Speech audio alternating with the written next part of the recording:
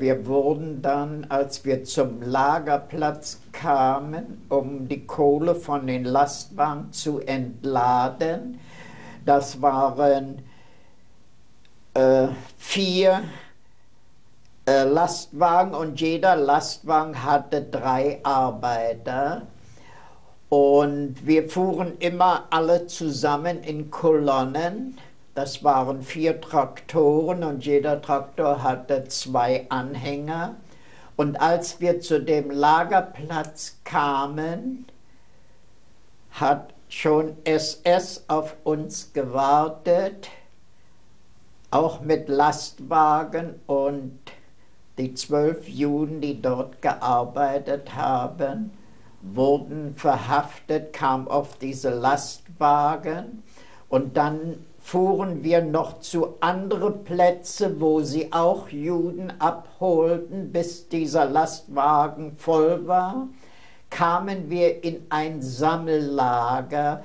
Ich weiß nicht mehr genau, wo in Berlin dieses Lager war, und in diesem Lager waren schon viele, viele Menschen. Erst gehofft, vielleicht meine Familie dort zu sehen, aber nicht. Und nachdem ich nachgefragt habe, was wird mit der Familie, hieß es, die kommen alle dahin, wo ihr hinkommt. Den Tag über dort und dann mehr wie die halbe Nacht. Ich weiß nicht, wie früh am Morgen des nächsten Tages wir von dort in Lastwagen verladen wurden und zum Güterbahnhof Grunewald gebracht wurden, wo wir in diese Viehwaggons verladen wurden, nicht wissend wohin, aber für mich in der Hoffnung, die Familie wiederzusehen. Die Türen wurden verriegelt und wir kamen weg und sind dann in der Nacht vom 3. zum 4. März in Auschwitz-Birkenau angekommen. Wissen Sie, wie lange der Transport gedauert hatte? Es sind ungefähr, ich weiß nicht, ob da ein 29. Februar gab oder gleich das. Es war ungefähr 4 Tage. Haben Sie was zu essen gehabt? Nein, wir hatten nichts zu essen, keine Möglichkeit zum Austreten, keine Möglichkeiten, irgendwie eine Reinigung. Es war ein furchtbarer Zustand, in dem viele dieser Menschen, die ältere Menschen waren, junge Menschen, Kinder und ohne Nahrung. Es war ein Zustand, nachdem die Türen geöffnet wurden,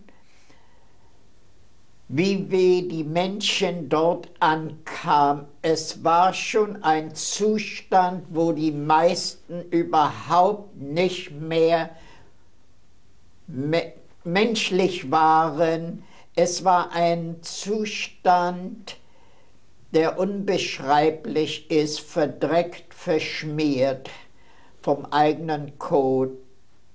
Es ist unbeschreiblich. Sind welche auch gestorben unterwegs? Auch das bei diesem Transport waren auch in vielen der Waggons Tote. Aber nachdem die Waggontürs aufgeschoben wurden und es hieß alles raus, die noch selbst rausspringen konnten, kamen raus, aber ältere Leute wurden von einem Kommando, das dort schon uns erwartet hat, rausgezehrt, und wenn sie nicht mehr aufstehen konnten, blieben sie liegen. Wir durften keine Hilfestellung geben, um sie hochzuheben. Es hieß nur: raus, raus, alles rüber da, Männer auf der einen Seite, Frauen, Kinder nach drüben. Und die, die selbst nicht mehr konnten, es war kalt, es war im März in dieser, es war Auschwitz-Birkenau, es war kalt. Die Leute sind, einige von denen, die da umgefallen sind, gelegen haben, erfroren. Es hat nicht lange gedauert. Es war ein fürchterlicher Zustand. Wussten Sie, wo Sie angekommen sind? In Auschwitz-Birkenau. Unser Transport ist nicht ins Lagertor reingefahren. Unser Transport hat vor diesem Tor gestanden. Und da war keine Rampe, nichts. Wir nie runterspringen konnten. Es war ein erbärmlicher Zustand. Und dann, nachdem die noch konnten, die Männer auf der einen Seite, Frauen, Kinder auf der anderen Seite, und wir gestanden haben, den Geruch, den wir wahrgenommen haben, aber ich selbst nicht glauben wollte, es war der Geruch von verbrannten Knochen. Es war für mich ein furchtbarer Geruch und doch im Hinterkopf nur die Frau und das Kind. Wie werde ich sie wiederfinden? Wie werde ich sie sehen?